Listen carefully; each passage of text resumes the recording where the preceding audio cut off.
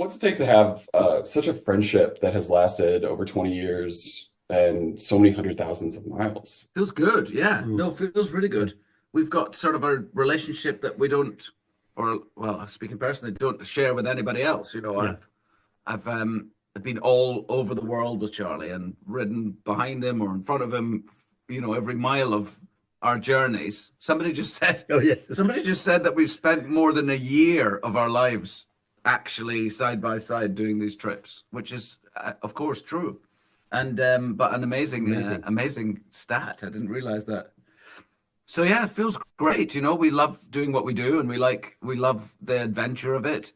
That doesn't seem to change. The desire to get out there and see, different parts of the world from the back of a bike. It's an amazing privilege, really. It's always what gets me is when you're traveling overland. What amazes me is you go through a country and you experience that country, and you get to a border, and then you cross over that border, and everything changes. The tarmac, the way signposts are done, the language, food, how they dress, the architecture, Gardens. I mean, everything. Petrol stations. You go to petrol stations, and they sell different things in different ways, and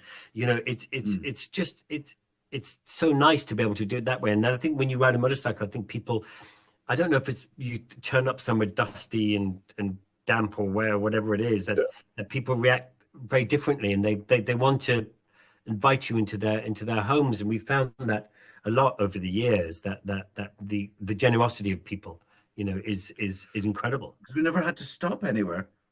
We'd ride through a border, but we didn't have to stop. Of course, we were in Europe all the time, so every time we were near a border, I was like, "Where's my passport?" Imagining we'd have to stop. We didn't even slow down. Bro, oh, we're in Estonia. Oh, we're in Latvia. I mean, did either of you think that you guys would be doing this for 20 years? No idea when we started thinking about Long Way Round where it would lead us, I don't think so. It's so amazing to get to do it and to still do it. I can't imagine ever not wanting to do it. You know what I mean? And I think when we started planning the first one, I think it stemmed from, we were great friends, been friends for 30 years.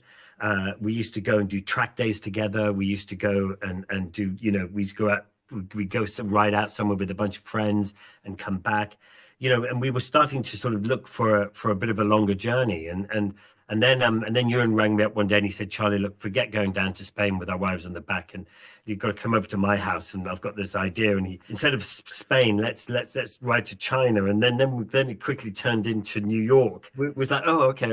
And then we sort of thought, how do we achieve that? How can we get it done?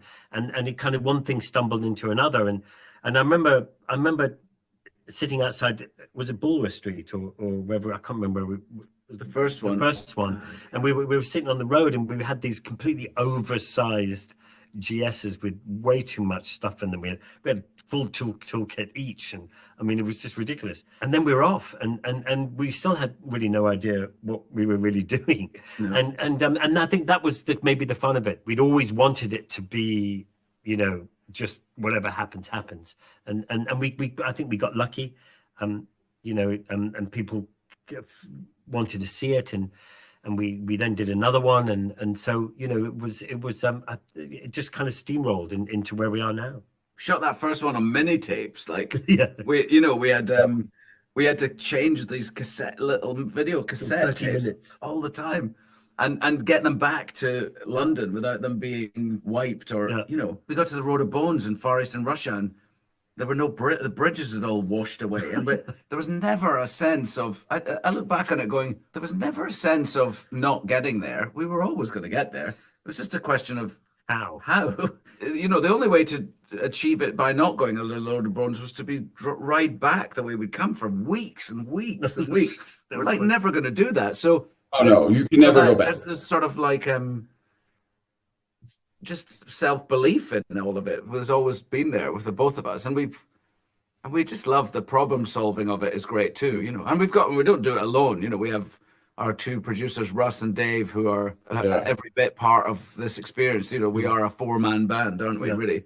But so it's great fun. I remember when we went on the Road of Bones and we found that bridge, and you came back and said, "Charlie, I found the bridge." That photo of the Let Him Ride guy. and we went to that place, and there was this completely destroyed bridge, and we were both in such awe that we found it and got there, and then we sort of looked at them, put our hands on our hips, going, right, well, how did we get across here? And it was never, not to get across. Yeah. I never forget that. There was one, we found this one later than that. We're further up the Road of Bones. We found a bridge and we looked at it and we're like, fuck. So we got our trousers off and we're wading across the river, trying to find the shallowest route across, up to our fucking waist in water. And then these two guys arrive on a motorbike and just ride across the bridge, like no problem at all. We're like, no. It's always fun when you get those locals and you're just like, how did you just do that? Yeah, how did you do that? Yeah. And then why not ask the locals in the first place?